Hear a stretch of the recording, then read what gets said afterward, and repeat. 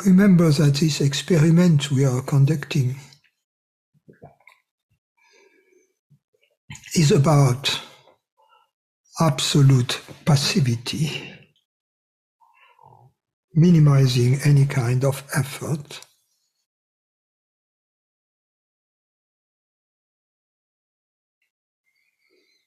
postponing anything that needs to be done but can be postponed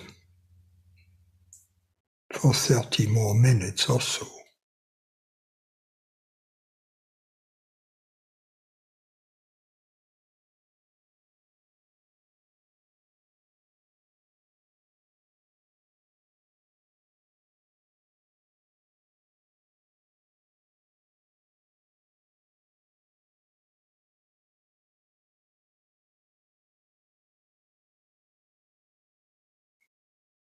See that as a result, most activity of the mind gets dropped.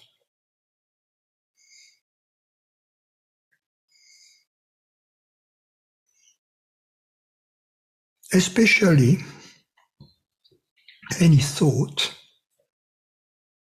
that relates to the past or the future of a human being we believe to be, of a separate body-mind we believe to be.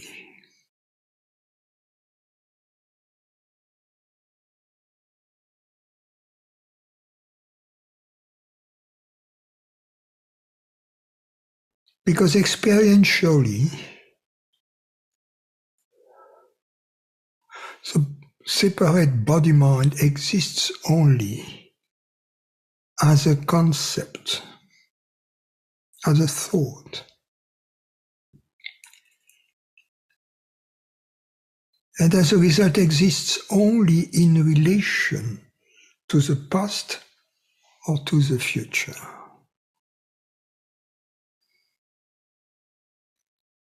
In the now, there is only what is.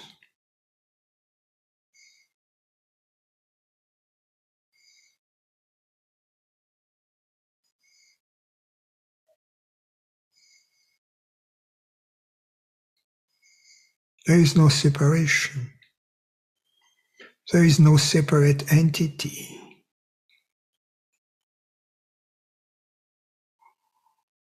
Only what is.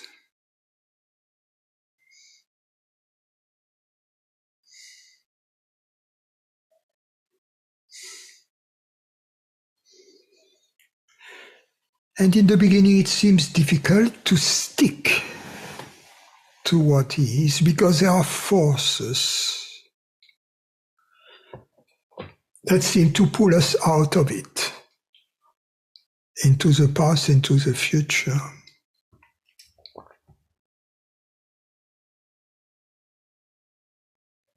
So it seems to us that to stick to it, so to speak, requires an effort which then would be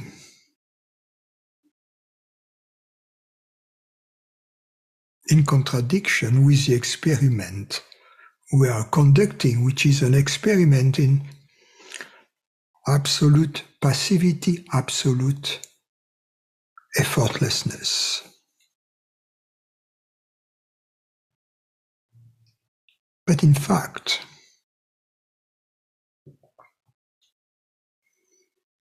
the effort is this pull into the past and into the future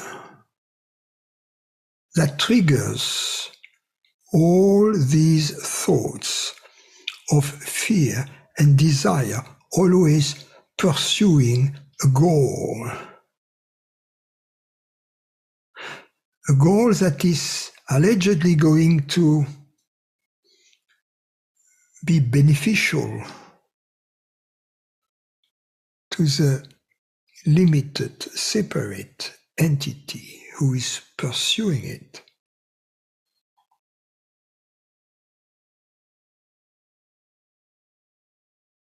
And that's an effort. It begins with a thought, with thinking, more thinking, more thinking, more thinking, and then activities.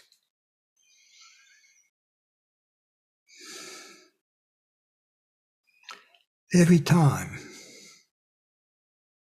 we go back to the now, we go back to this meditation, we destroy this activity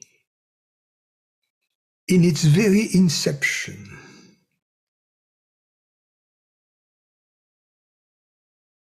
We just abort it.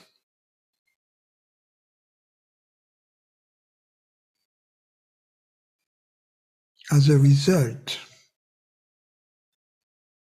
the habit of going into the past and into the future that feeds this illusion of being separate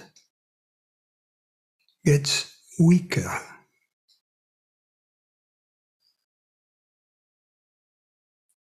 The less we perpetuate it, the weaker it gets.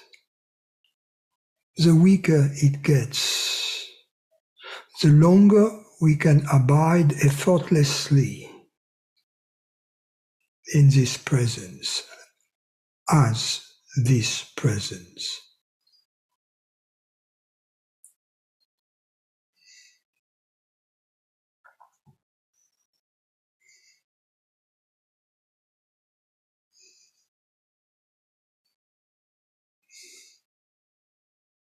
So it's okay in this experiment, in the beginning, to apparently relentlessly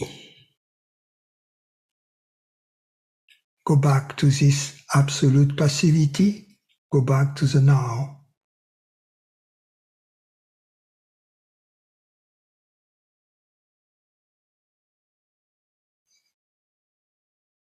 Every time we do that, we are in perfect meditation up until we fall back into the old habit. And then we go back to perfect meditation.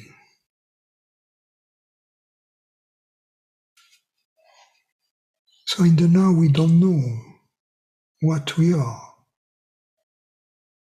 which doesn't matter because we are what we are anyway. We don't need to know it, really, we are it.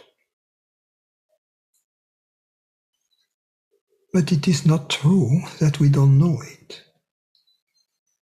because we know it with every perception.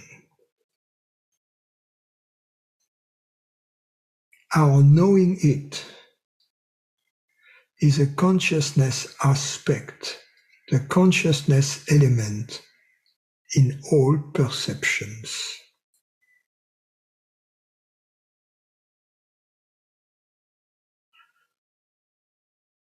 By perceiving the very same fact of perceiving, whatever we are perceiving, by the same token we know I am.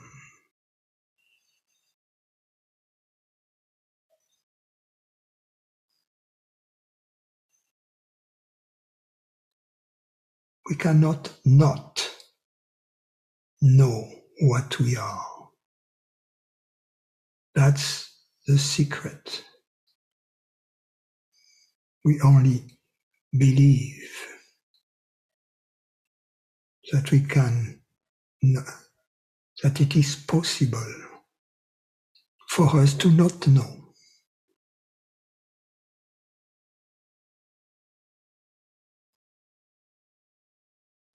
It is only possible conceptually as a residue in the mind, but not experientially. in a sense, if we create new words, we could say that knowing, coined from being in the now, right? Knowing equals knowing. So in this meditation, you can at some point have the feeling that you are losing it, so to speak. You're losing your mind. And that's okay. You'll find it again, don't worry, at the end of the meditation. But for the time being, allow complete freedom to whatever arises. Bodily sensations, feelings, and thoughts. Fearlessly open the box.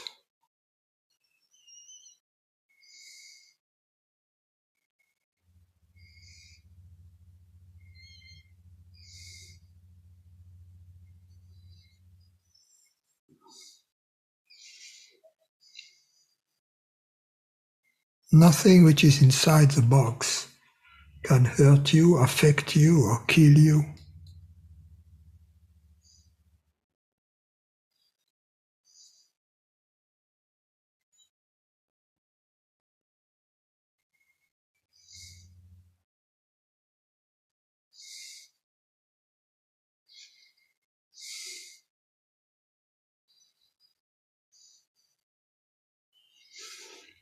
Let everything flow by itself, on its own.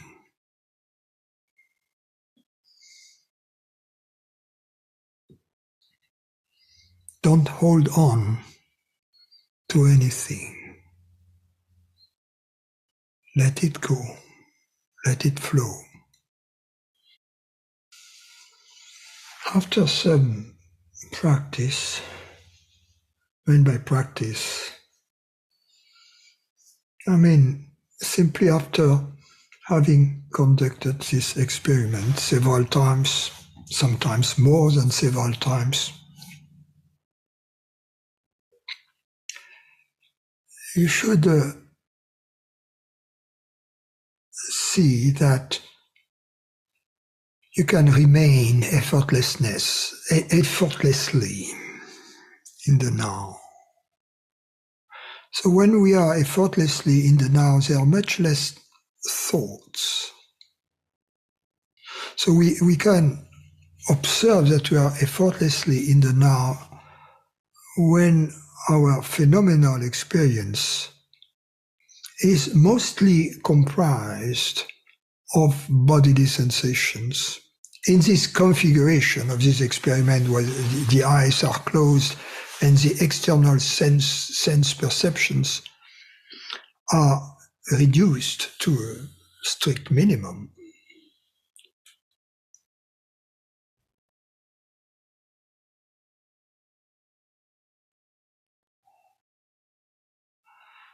Sometimes not sometimes, most of the time, accompanying these bodily sensations are irrational images in the mind, similar or a little similar to what happens in our dreams, however, without the story that appears in the dream. Because in this case of this experiment, there is no entity in the story, so there cannot be a story.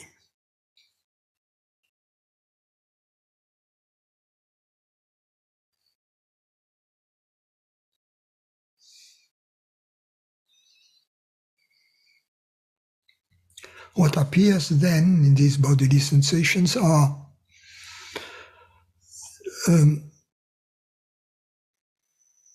bodily sensations that are related to the normal functioning in the body.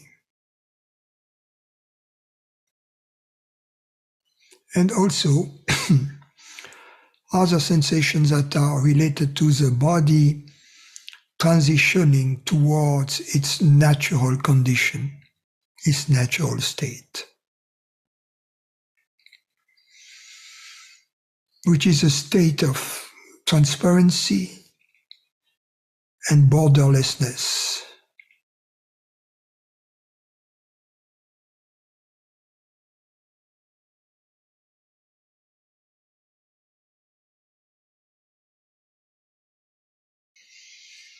Now, regarding this experiment in meditation,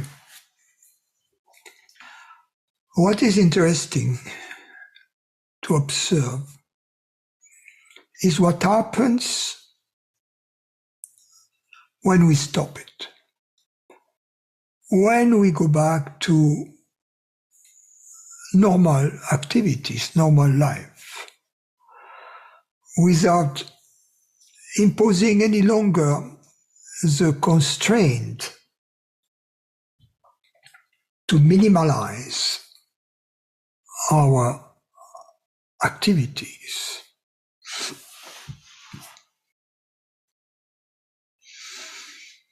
This constraint was a trick, if you will, to place our body-mind somehow artificially in its meditative state, if you will. But the meditative state, which is a natural state of the body-mind, doesn't stop abruptly when we remove the constraint of being absolutely passive. It survives for a while, sometimes for a very long while, after the experiment. So we can observe then a different quality in our life, in our experience, which is the perfume of meditation.